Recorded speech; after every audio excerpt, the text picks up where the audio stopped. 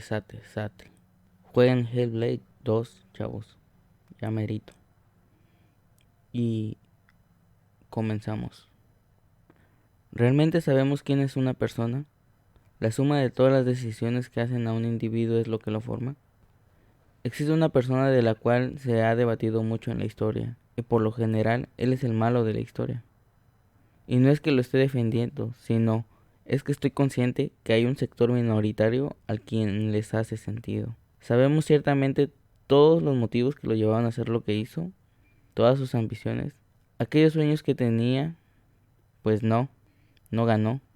Y la historia que conocemos, la historia universal, por lo general siempre está tergiversada y adornada, cuentos dulces y acaramelados, un toquecito de azúcar para generar adicción. La historia la escriben los ganadores. Muy burdo, pero cierto. ¿Por qué? ¿Quién se va a quejar? ¿El bando perdedor? Es el personaje de cuentos chinos que nos han vendido. Y para el caso tendremos que asumir como cierto, pues lo que nos han vendido es lo único que tenemos. Brown am Inn, Imperio Austrohúngaro, 20 de abril de 1889. Para el futuro. Esta ciudad se cae. Están inundados de sangre, con heridas cicatrizando y otras pudriendo. Ahora todo el mundo está al borde. Esta ciudad llora desconsolada. La humanidad mirará hacia el cielo gritando, sálvanos. Y yo murmuraré, no. Esta noche murió un comediante. ¿Alguien sabe por qué? Bueno, retomando. 20 de abril de 1889. Nació quien sería considerado uno de los más grandes villanos de la historia moderna, Adolf Hitler. Si tan solo la Academia de Viena lo hubiese aceptado. En fin, no justifica, ¿cierto? Ahora pues, un personaje mexicano, como tantos que hay, de esos que han sido modificados por la historia para darnos héroes a los cuales sentirnos patrióticos. Desde un libertador que no quería ser parte de un imperio francés y peleaba por el regreso de su rey Fernando VII, o aquel humilde indígena que peleó por los poderes del Estado, ensalzado como héroe en América. En fin, el personaje de quien hablamos es de aquel que nos dio su amor y espacio, el que nos carga aún con dolor y cansancio, el que lucha por nosotros con uñas y dientes, valiente en casa y en cualquier lugar. A él dedicamos los versos, las victorias, a él quien le brindamos respeto. Nuestro guerrero invencible, el luchador incansable, el amigo constante. Su nombre es el nombre y para no hacer tanto alarde, su nombre es mi madre. Ah, caray, el peje. Tranquilos, chavos. Y le hablo a esos dos suscriptores que no soy yo. No estoy diciendo que sean iguales, aún. Ni de que estén haciendo las mismas cosas, aún. O que compartan algunas ideologías entre tantas que tuvieron o tienen. Ah, no, espera, eso sí. Estoy muy consciente en que son personajes muy distintos. Estoy refiriéndome a que la historia siempre está mal contada. Y que si partimos nuevamente de Simpson, Edward Simpson, el de la paradoja, no las caricaturas. Cualquier cosa puede verse como nos plazca. No hay que verlo como una historia de héroes y villanos. Ese es el problema de querer ponerle un título a todo. porque para ellos no puede mezclarse el bien y el mal, o eres lobo o eres oveja, cordero de un dios. Pues no, sí se puede, aunque ya no haya corderos, ya que no es como antes. Ve. Ok, ya. Con el peso del pasado, lingotes de plomo arrastrados, de las decisiones de otros hombres, causando tanto cansancio, generando una gran estampida, una gran tormenta. Y con el aleteo de una mariposa se puede generar un remolino, así es, el caos. Entonces estas condiciones generaron guerra, o peor, ambos con un país tan cansado que no les importa sacrificar lo que tienen con tal de ver un cambio para ellos. Recuerden, quieren su nueva libertad. Y si entonces un lobo vestido de cordero, manipulando a las masas, ¿dónde hemos visto eso?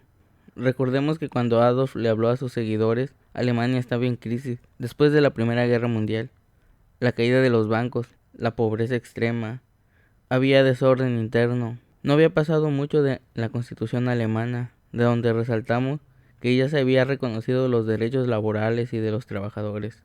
Y de un grupo sindical de obreros nació el Partido Obrero, en la que Hitler le hablaba a uno de los sectores más golpeados de su época. Palabras bonitas, ya que primero los pobres. Lo cual no está mal hasta que sus ideas colapsen, porque ambos transformaron radicalmente la estructura de sus países, muchas reformas. Ambos obtuvieron poderes plenos a la hora de gobernar, porque la mayoría de las cámaras eran de ellos, un poder casi absoluto, todas las fuerzas del Estado a merced de un solo hombre. Ambos escribieron sus ideologías y doctrinas en libros, los cuales generaron, y aún generan, una gran segregación cultural, racial y discriminatoria. Sincretizaremos esta parte porque los judíos se quedaban con el dinero del país, eran los dueños de los bancos y los pobres le debían a estos. Ahora en México, los grandes empresarios de nuestro país son quienes se quedan con el dinero y los pobres le deben a estos. Ser rico es malo. Antes y ahora había odio hacia los homosexuales, pues Diosito no lo perdona.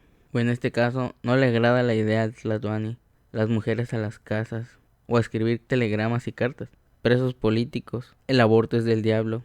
Lástima que Alemania sí logró hacerse una potencia mundial y en el periodo del peje, en lo que vamos, solo estamos decayendo y el producto interno no sirve. En México ya ha empezado esa espiral de violencia y genocidio, donde tristemente verlo en las noticias es normal, en medio de una crisis financiera y otro golpe aún peor por venir, cuando el precio del seguro del crudo de petróleos mexicanos aumenta exorbitantemente, porque el crudo no está haciendo un buen negocio, donde los criminales también son pueblo y no hay que perseguirlos, porque él no tiene enemigos, su única guerra es contra la corrupción y el mal gobierno, donde el problema está en los hombres podridos por esa otra necesidad de imperar otro poder aparte del poder político. Pero a diferencia de las películas de acción, aquí los nobles sí mueren primero, y los que sobreviven son los más crueles, porque son los que tuvieron que luchar para poder sobrevivir a toda costa. Que el conflicto ya había empezado mucho antes de que llegara el Tlatoani, sí, es cierto, pero él no ha sido nada a la hora de poder contenerlo. Donde su estrategia, según él, es no hacer lo mismo que los otros, abrazos, no balazos, y cada vez hace más lo opuesto, repite e imita a los antecesores, aquellos a los que él llama oposición, los adversarios, los malos, los imita o hasta peor, porque cada vez está usando más el poder militar en las calles. La paz y el orden se van apagando. Cuando se habla de estudiar la historia, se refieren a grosso modo que la importancia de estudiarla es para no repetirla, pero la historia siempre se repite. Hablemos ahora de la superioridad moral del individuo. Lo que no es el superhombre, o lo que es, un tema que acepta múltiples interpretaciones, por lo tanto causa muchas discusiones, porque cierto lo es, cada quien entiende a ese modelo, y hablo del grupo Nietzsche, bueno, Nietzsche, hasta la pronunciación de Nietzsche discuten.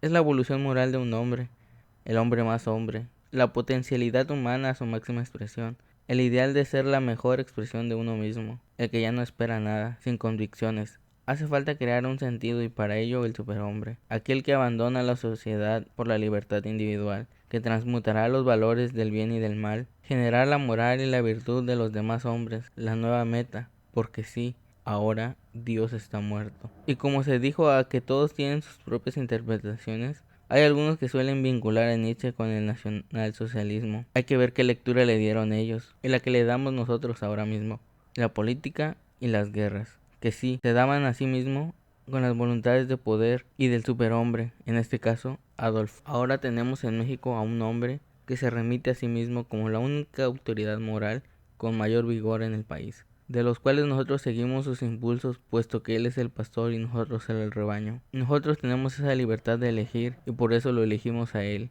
Busca que evoluciones con Él en esta sociedad contaminada por malas ideas, la corrupción y la hipocresía, la gente mala, aquellos que se han quedado con el conservadurismo. Y es por eso que Él es la guía moral para ayudarnos a ser como Él. Por eso hay que portarnos bien y por lo tanto apoyarlo en sus deseos de cambio. La izquierda y la derecha. Ahora mismo la ultraderecha alemana está repitiendo algunos valores tomados del antiguo régimen y se está elevando una gran ola de inconformidad hacia los extranjeros al grito de Alemania para los alemanes. La percepción de lo que era la izquierda y la derecha en aquellos tiempos es muy diferente a la actual. Si bien ahora los neonazis son de ultraderecha, en su tiempo no se proclamaban de esa forma, y no es que no compartiesen ideales, sino porque no existía ese sesgo de dividirlos de esa forma. Eran más socialdemocracia, socialistas independientes, espartaquistas, etc. Se puede leer más sobre ello cuando era denominada la República de Weimar. Bueno, en esa época se le denominó así, pues nunca dejó de ser Deutsches Reich, Imperio Alemán. No por nada a él se le consideró el Tercer Reich. Decir ahora si Hitler era de izquierda o derecha no va al cuento. Solo sirve para rechazar o tomar un concepto. Me agrada, me voy con ellos. Defender a tu bando y atacar al otro. Porque eso es una sociedad. Nos definen las culturas y nuestras tribus. Lo que se repite en cada caso es un individuo buscando el poder, porque aquí lo que importa es el poder. Unos peleaban por tenerlos y otros peleaban por conservarlos. Pobre de aquel padre de la química moderna. Muchos dirán que no, pero para otros es él y ya. Hablamos de Antoine Laurent Lavoisier, que fue decapitado en la guillotina porque era aristócrata el chavo, y su esposa también. Ambos eran parte de los nobles y pues cuello, porque durante la Revolución Francesa los aristócratas, los nobles y la sangre azul eran los malos, y para sacarlos, una revolución, guerra. Nuevamente un hombre tras el poder. Gracioso es el caso que no le bastó llamarse rey, sino proclamarse a sí mismo emperador. En fin, ¿por qué hablamos de esto? Pues todo empezó en la Asamblea General, compuesta por personas que se definían por sus corrientes ideológicas.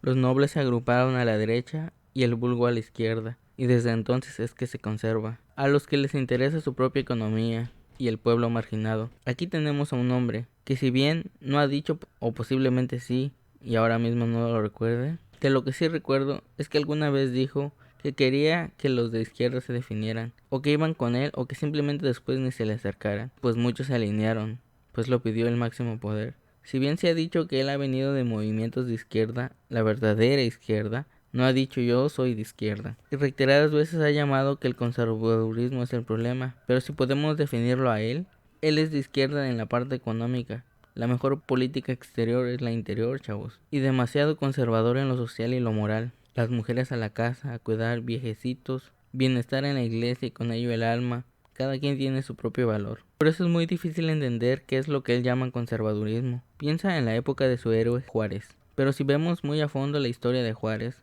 no es el superhéroe que nos venden, y sus ideales también chocan. Quienes ayudaron más fueron Lerdo e Iglesias. Volvamos entonces. En el anterior podcast mencionamos que él era un ente reusiano.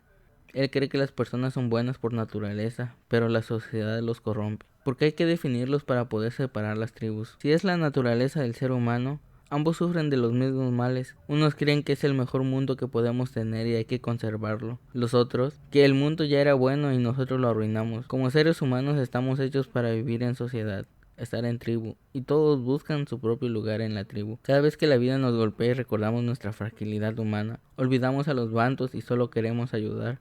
¿Por qué? Porque en ese punto, la tribu es toda la sociedad y el enemigo es aquel mal que nos aqueja. Por ejemplo, las catástrofes naturales y las pandemias. Pero pronto se nos olvida y volvemos a atacarnos.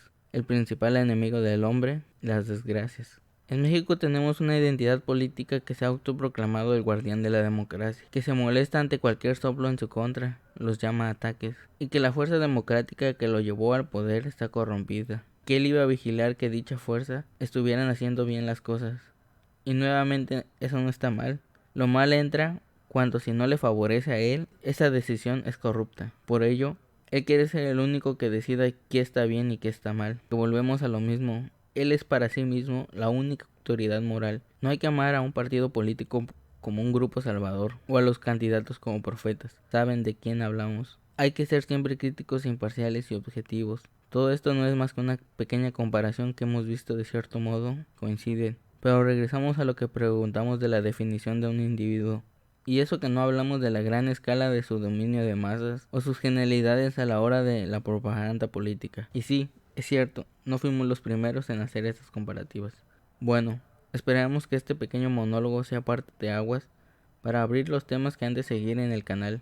Por ejemplo, hablar más a fondo sobre la izquierda y la derecha, los sistemas políticos, las estructuras políticas, organizaciones socioeconómicas, la política y la retórica, ciencias políticas, derechos laborales, de mercado y constitucional, etc. Utopías, sociología, economía, los movimientos culturales. Bueno, estos son ejemplos de posibles temas. Expresado ya mi humilde opinión, me despido.